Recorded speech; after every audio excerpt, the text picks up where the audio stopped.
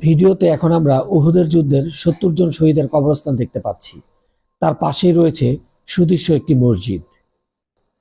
ইসলাম ধর্মের জন্য সাহাবাদের এত বড় অবদান, চলুন আমরা তাদের জন্য দোয়া করি।